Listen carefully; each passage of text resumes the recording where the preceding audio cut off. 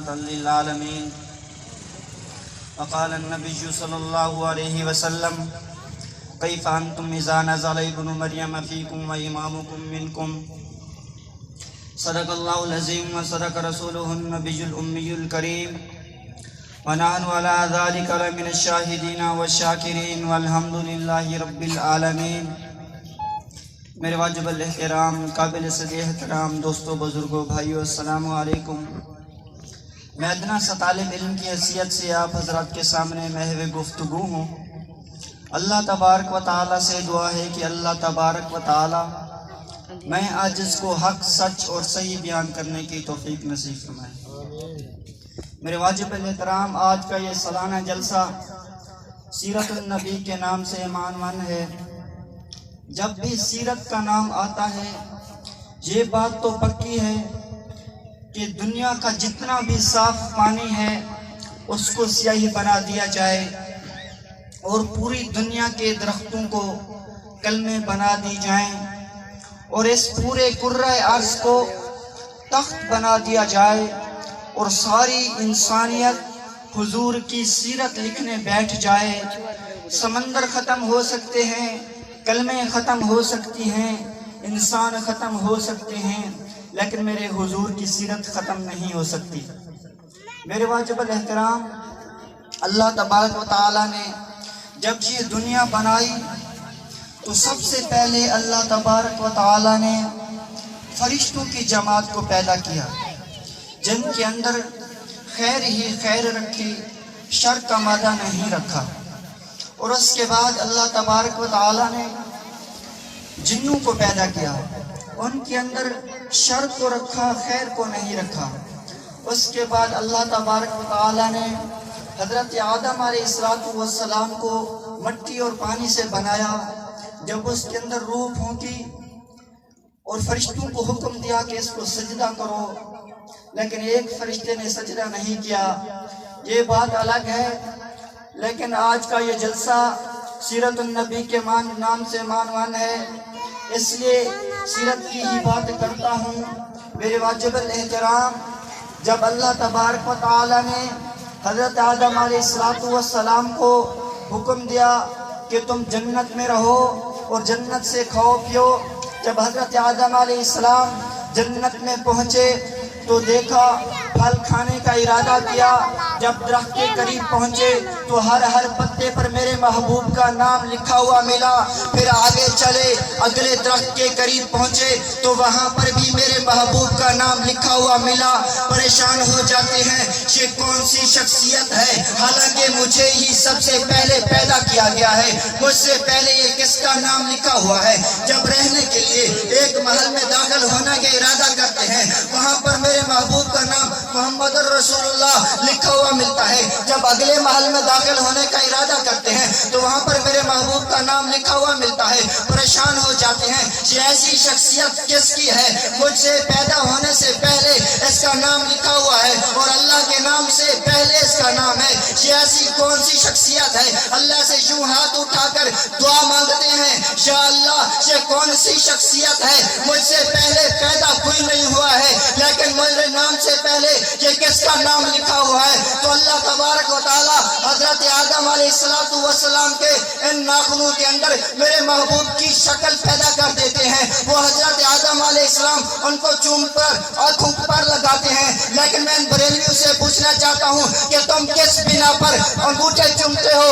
اگر تمہارے انگوٹھوں میں حضور کی شکل نظر آتی ہے تو ہم بھی چومنے کے لیے تیار ہیں، اگر شکل نہیں نظر آتی ہے تو یہ کیوں نئی بدعت شروع ہو رہی ہے؟ لہٰذا یہ بات الگ ہے. میں یہاں پر حضور کی سیرت بیان کرنا چاہتا ہوں کہ حضرت آدم علیہ السلام کو پیدا ہونے سے پہلے میرے محبوب کا نام جنت کے درختوں پر لکھا ہوا تھا. میرے واجب الاحترام نبیوں کا یوں سلسلہ جاری رہا. حضرت ابراہیم علیہ السلام آئے، جب ان کو نبوت دی گئی تو انہوں نے آسمانی صحائف میں سے ہمارے محبوب کا تذکرہ پڑھا. پھر بیت اللہ کی تعمیر شروع کر دی. جب خانہ کعبہ کی تعمیر مکمل ہوئی تو اسی بہانے اللہ تبارک و تعالیٰ سے حضرت ابراہیم علیہ السلام نے دعا کی، یا اللہ جس نبی کا تذکرہ میں نے پڑھا ہے اس نبی کو میری اولاد سے پیدا کرنا. کہ نبی نے دعا مانگی کہ آخر میں آنے والے نبی کو میری اولاد سے پیدا کرنا، یہ میرے نبی کی سیرت ہے۔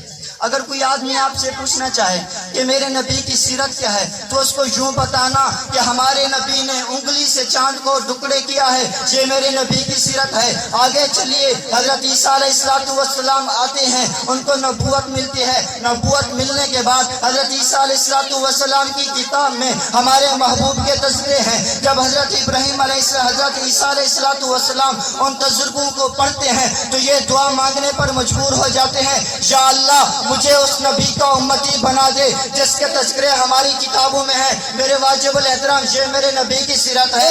اگر کوئی آپ سے پوچھے کہ ہمارے نبی کی سیرت کیا ہے تو اس کو یہ جواب دینا، نبوت ملنے کے باوجود جو نبی میرے نبی کا امتی ہونے کے لیے دعا مانگے، یہ میرے نبی کی سیرت ہے۔ آگے چلیے، ہمیں کیسے پتہ چلے گا کہ حضرت عیسیٰ علیہ السلام نے دعا مانگی تھی؟ حضور صلی اللہ علیہ وسلم کے پیدا ہونے سے 6000 سال پہلے حضرت عیسیٰ علیہ السلام نے دعا مانگی تھی، ان کو آسمان پر اٹھایا گیا تھا۔ ہمیں کیسے پتہ چلے گا؟ کس کتاب سے پڑھیں گے؟ جب ہم اپنی سچی کتاب قرآن مجید کو کھولتے ہیں تو اس میں ہمیں لکھا ہوا ملتا ہے وَمَا قَتَلُوهُ وَمَا صَلَبُوهُ وَلَٰكِنْ شُبِّهَ لَهُمْ، کہ حضرت اللہ تبارک و تعالیٰ نے یہاں پر یہودیوں کے عقیدے کی تردید کرتے ہوئے فرمایا، یہودیوں کا عقیدہ یہ تھا کہ ہم نے حضرت عیسیٰ علیہ السلام کو قتل کر دیا ہے، سولی پر چڑھا دیا ہے۔ اللہ تبارک و تعالیٰ نے فرمایا وَمَا قَتَلُوهُ، نہ تم نے قتل کیا، وَمَا صَلَبُوهُ، نہ تم نے سولی پر چڑھایا، اور آگے فرمایا وَلَٰكِنْ شُبِّهَ لَهُمْ، لیکن ہم نے اس کی شباہت ایک دوسرے آدمی پر ڈال دی، اور آگے فرمایا بَلْ رَفَعَهُ اللَّهُ إِلَيْهِ، کہ ہم نے آسمان پر اٹھا لیا ہے۔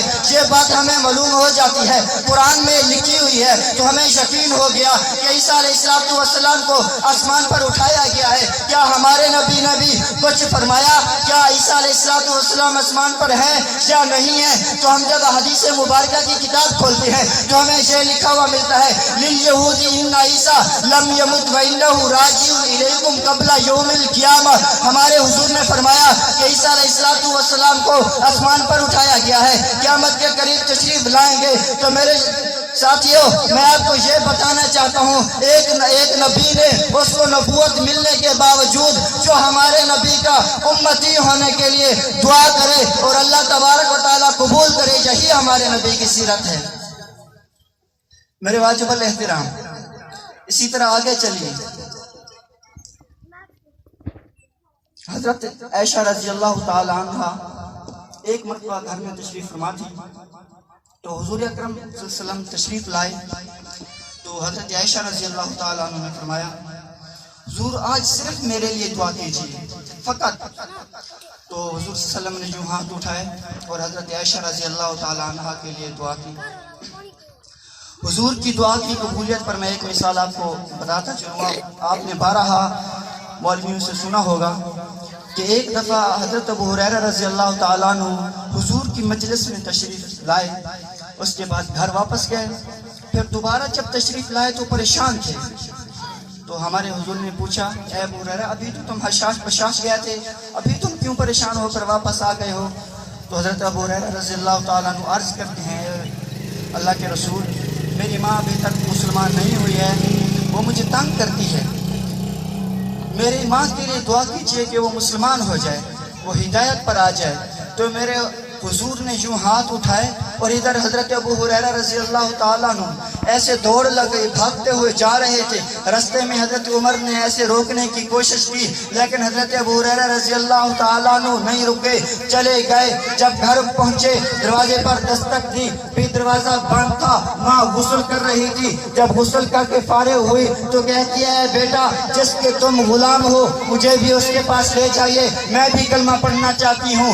اتنی جلدی دعا ہمارے حضور کی قبول ہونے والی۔ حضرت عائشہ رضی اللہ تعالیٰ عنہ کے لیے ہاتھ اٹھائے، دعا قبول ہو گئی۔ تو حضرت عائشہ رضی اللہ تعالیٰ عنہ نے فرمایا اے حضور، کیا آپ نے کسی اور کے لیے بھی ایسی دعا کی ہے جیسے آج آپ نے میرے لیے دعا کی ہے؟ تو حضور صلی اللہ علیہ وسلم نے فرمایا کہ میں اپنی امت کے لیے 5 وقت 5 نمازوں میں یہی دعا کرتا ہوں۔ تو حضرت حضور صلی اللہ علیہ وسلم نے فرمایا 5 وقت کی میں اپنے امتیوں کے لیے دعا کرتا ہوں، تو اس کے لیے ہمارے ایک نبی کیوں نہ دعا کرے کہ مجھے اس کو امتی بنا دے؟ ہمارے حضور نے ہم سے کتنی وفائیں کی، اور آج ہم کیا کر رہے ہیں؟ ہمارے حضور نے 5 وقت 5 نمازوں کے بعد دعا کی. کیا آج ہم بھی 100 مرتبہ اس پر درود پڑھتے ہیں؟ کیا ہم 10 مرتبہ بھی پڑھتے ہیں؟ کیا ہمارے منہ پر سنت رسول ہے؟ میرے واجب الاحترام، آخری بات کر اپنی بات کو ختم کروں گا کہ ہمارے حضور کی سیرت کیا تھی. جب ہمارے حضور اماں آمنہ کے پیٹ میں آئے تو اماں آمنہ کے حالات زندگی امید سے پہلے کچھ اور تھی اور بعد میں کچھ اور ہو گئی. میں پہلے آپ کو یہ بتانا چاہتا ہوں کہ اماں آمنہ کے حالات زندگی امید سے پہلے کیا تھے اور بعد میں کیا تھے. عرب کے قانون کے مطابق گرمی کی شدت میں جب اماں آمنہ بکریاں چرانے جایا کرتی تھی، گرمی کی وجہ سے چہرہ سیاہ ہو جاتا تھا، کنکریلے پتھروں کے اوپر چلتی تو پاؤں زخمی ہو جاتے تھے، کنویں پر پانی بھرنے جاتی تو پانی کے ڈولوں کو بڑی مشقت سے کھینچتی تھی. لیکن جب میرا محبوب وطن اطہر کے اندر آیا تو زندگی کی کیفیت پہلے سے کچھ عجیب ہو گئی.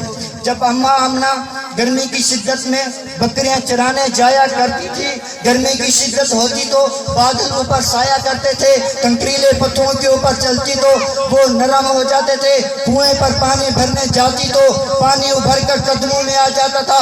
یہ میرے حضور کی سیرت ہے. ابھی ماں کے پیٹ میں ہے، اتنی برکتیں پہلے سے شروع ہو گئی. میں انہی الفاظ کے ساتھ اکتفا کرتا ہوں. آخر دعوانا الحمدللہ رب العالمین.